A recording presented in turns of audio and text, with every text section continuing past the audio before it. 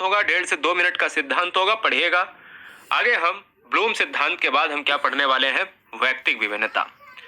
Blooms taxonomy of educational objective क्या कहता है कि बेंजामिन जो ब्लूम है, ये जो आप चित्र देख रहे हो पूरी वीडियो चित्रात्मक है।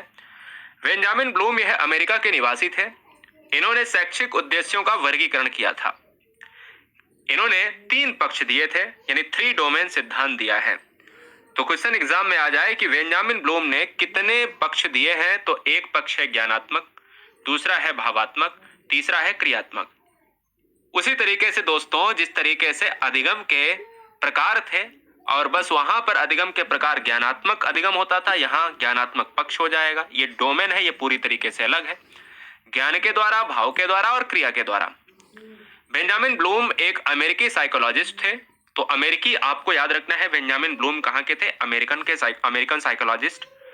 उन्होंने 1926 में प्रकाशित पुस्तक यानी अपनी जो टैक्सोनॉमी ऑफ एजुकेशनल ऑब्जेक्टिव्स, ये एक पुस्तक है। क्वेश्चन में अगर एग्जाम में आ जाए तो ये किसकी पुस्तक है, तो ये दोस्तों आपकी बेंजामिन ब्लूम की है। क्लियर है? अमेरिकी साइकोलॉजिस्ट 1956 में प्रकाशित पुस्तक टैक्सोनॉमी ऑफ एजुकेशनल ऑब्जेक्टिव्स, ये जो है आपको याद रखना है। यहां पर अगर तीनों पक्ष के बारे में अगर हम देखते हैं टैक्सोनॉमी एजुकेशनल ऑब्जेक्टिव्स में, पहला है ज्ञानात्मक पक्ष। इस ज्ञानात्मक पक्ष के बाद इस पूरी तरीके से इसको अगर आपने नहीं समझा कि भाई टैक्सोनॉमी में कितनी चीजें दी हैं, और ज्ञानात्मक से ही सबसे ज्यादा क्वेश्चन आते हैं, तो क्वेश्चन एग्जाम में आ जाएगा कि ज्ञानात्मक पक्ष किसने दिया है, कॉग्निटिव डोमिनेंट किसने दिया है। देखिएगा, इसका वर्गीकरण ब्लूम ने 1956 में किया था। मैं आपको फिर से बताना चाहूंगा, आपको आगाह करना चाहूंगा, भावात्मक और क्रियात्मक नहीं आते हैं, बस ज्ञानात्मक पक्ष को डिटेल में पूछा जाता है। ज्ञानात्मक पक्ष 1956 में बेंजामिन ब्लूम ने दिया है। यह मानसिक योग्यताओं, मानसिक क्षमताओं से संबंधित होता है। इसके उद्देश्य को सरल से कठिन और शिक्षण अधिगम के निम्न स्तर से ऊंचे स्तर तक ले जाने के दृष्टिकोण के 6 भागों में बटा ये क्वेश्चन एग्जाम में पूछा जाता है। मतलब ये कहा जाता है कि जो आपका ये चित्र देख रहे हो, ये नीचे से ऊपर तक जाता है, नीचे से ऊपर तक जाता है, तभी तो कह रहा है कि निम्न स्तर से ऊंचे स्तर तक ले जाने के लिए 6 भागों में बटा हुआ है। 1 2 3 4 5 6। इंग्लिश में इधर लिखा है, हिंदी में इधर है। पहला है ज्ञानात्मक। अब याद रखे, उल्टा ना करना, बस हमें नीचे से ऊपर जाना है। तो पहला ये है, दूसरा ये है, तीसरा ये है, चौथा ये है, पांचवा ये है, छठा ये है, मूल्यांकन लास्ट में है। ज्ञान, समझबूझ, अनुप्रयोग, विश्लेषण, संश्लेषण, मूल्यांकन, तो 6 जो है क्या है, 6 दोस्तों आपके भाग हैं। ज्ञानात्मक पक्ष के क्वेश्चन में एग्जाम में पूछा जाए कि कितने भाग हैं, तो आपके 6 भाग हैं। किसने दिया है? बेंजामिन ब्लूम ने दिया है। कैसे चलता है? नीचे से ऊपर मूव करता है। अब ये बेंजामिन ब्लूम का 6 सिद्धांत, यानी 6 जो है 6 चरण वाला सिद्धांत, 6 भाग, ये कहता क्या है, जिसमें देखिएगा सबसे पहले है नॉलेज, यानी सबसे पहले है ज्ञान। अगर किसी भी चीज की बात अगर करी जाए तो जैसे इसमें क्या करता है, ये देखिएगा कैसे इसका जो है प्रयोग क्लास में होता है कि जिस तरीके से ज्ञान, यानी जो पहली सीढ़ी है वो है ज्ञान है। पहली सीढ़ी क्या है? ज्ञान है, नॉलेज है। हमेशा टैक्सोनॉमी सिद्धांत नीचे से ऊपर की तरफ चलेगा। तो ज्ञान में क्या है कि इसमें बच्चे जो होते हैं, यानी बच्चों को आंकड़े, जानकारी को याद कराना, प्रत्यय स्मरण आदि कराने का प्रयास किया जाता है। मतलब बच्चे को एग्जैक्ट जानकारी दी जाती है कि हाँ बेटा, कोई मैथ नाम की चीज भी होती है, हाँ बेटा कोई हिंदी नाम की चीज भी होती है, और कोई मनोविज्ञान नाम की चीज भी होती है। मतलब अगर हम मनोविज्ञान, अगर हम सीटेट की तैयारी करेंगे या अध्यापक अध्यापिका बनेंगे, तो उसके पहले हम सिलेबस को देखेंगे ना, तो सिलेबस को देखना और उसका ज्ञान लेना, यही सबसे पहली सीढ़ी है। तो पहली सीढ़ी जो है ज्ञानात्मक पक्ष की ज्ञान है। अब थोड़ा हम आगे बढ़ेंगे। भाई सिलेबस हमने देखा है और सिलेबस के अकॉर्डिंग अब हम उस पर काम भी तो करेंगे। तो दूसरी सीढ़ी आती है, भैया नीचे से ऊपर चलेंगे तो दूसरी आती है बोध। अब ये बोध क्या है? आइए कंप्रेhension देखेगा।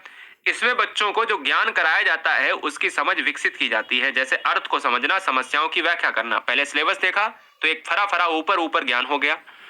अब हमने कहा बोध यानी कंप्रेhension की बात करें तो बच्चे को सिलेबस को पढ़ाना या पढ़ना, बच्चे के द्वारा उस सिलेबस को पढ़ना।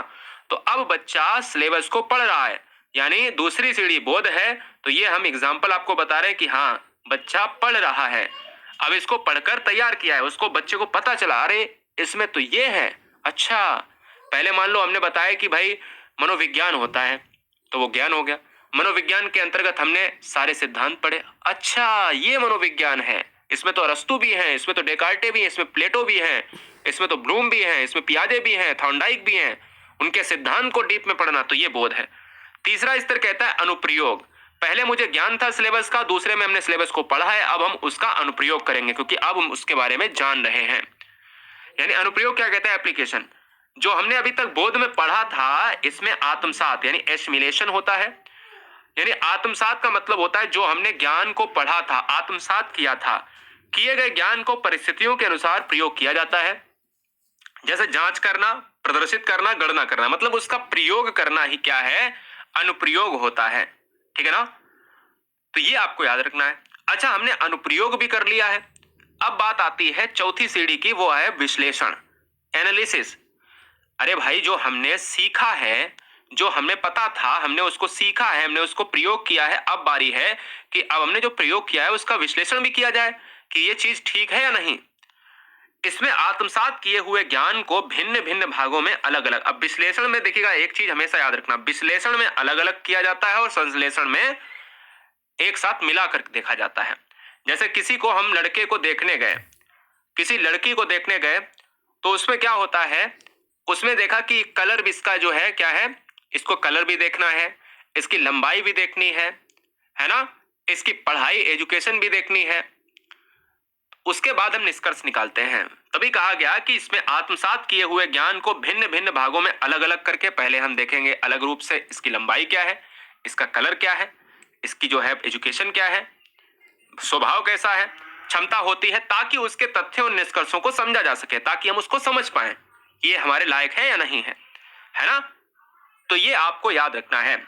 ब्लूम्स टैक्सोनॉमी में अगर देखा जाए, जो पांचवा आता है वो है संश्लेषण, और विश्लेषण के बाद ही संश्लेषण आता है, तो ये छठी चीज है, आपको याद ये रखना है।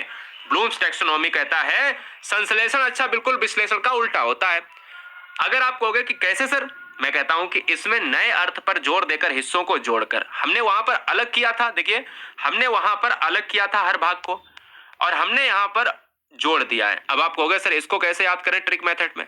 अब अच्छा ये बताओ, लड़के और लड़की को देखने गए थे, उसमें हर चीज को अलग अलग तरीके से देखा था। अब बाद में जब हम लोग सब चाय नाश्ता कर लेते हैं तो हम लोग क्या कहते हैं? थोड़ा बहुत ठीक लगता है तो हम कहते हैं अरे चलो, कुल मिलाकर ये चीज ठीक है। तो यही होता है दोस्तों कि इसमें नए अर्थ को सब कुछ कुल मिलाकर जोड़ दिया जाता है, संपूर्ण बनाया जाता है, यानी कॉन्सेप्ट एंड रूल्स के आधार पर उनमें से कोई अपने अकॉर्डिंग कॉन्सेप्ट निकालना, तर्क देना और वाद विवाद करना, निष्कर्ष देना। कुल मिलाकर मैं फिर से पुराने वाले ज्ञान पर आता हूं। मैंने चीजों का सिलेबस देखा, हमने उसको पढ़ा, हमने उसको डेली लाइफ में अनुप्रयोग किया, प्रयोग किया कि ये वाकई में इस्तेमाल होता है अब या भी नहीं होता है। फिर हमने उसको हर चीज के अलग अलग चीजों को सिद्ध करके देखा। बाद में हमने कहा कि अरे ये क्या वाकई में सही है, तो हमने कहा तर्क कर ले, चीजों को और हम डीप में जाएं, है ना। कुल मिलाकर हमने देखा कि हाँ बिल्कुल ओवरऑल सही है। अब लास्ट बात आती है मूल्यांकन, एवोल्यूशन। अब भाई हर चीज जब हो जाती है, शादी पक्की होनी होती है, तो अब आती है बात मूल्यांकन की। क्या अभी तक जो हमने किया है इसमें सीखे गए ज्ञान का मूल्यांकन किया जाए और शादी के लिए हाँ किया जाए, है ना। हम हर चीज को दोस्तों बहुत इंटरेस्टिंग बनाने की कोशिश कर रहे हैं। तो ये 6 चरणों पर ये ज्ञानात्मक सिद्धांत टिका हुआ था ब्लूम्स टैक्सोनॉमी का। समझ गए? ज्ञान, बोध, अनुप्रयोग, विश्लेषण, संश्लेषण, मूल्यांकन। थोड़ा सा ब्लर होगा, कोई बात नहीं, समझने की कोशिश करिएगा। भावात्मक पक्ष और क्रियात्मक पक्ष में भावात्मक पक्ष को थोड़ा सा और अच्छा रहता है। भावात्मक पक्ष, इसमें वे तरीके शामिल होते हैं जिनसे हम भावनात्मक रूप से सामना करते हैं, जैसे तारीफ, उत्साह, प्रेरणा आदि। भावात्मक पक्ष के 5 भाग हैं जो एग्जाम में आपको नहीं पूछे जाते हैं, ठीक है ना। ये बात आपको याद रखनी है। आइए व्यक्तिगत विभिन्नता को अच्छे से पढ़ेंगे। व्यक्तिगत विभिन्नता, इंडिविजुअल डिफरेंसेस, 3 से 4 क्वेश्चन आपको लेकर ही एग्जाम में आता है।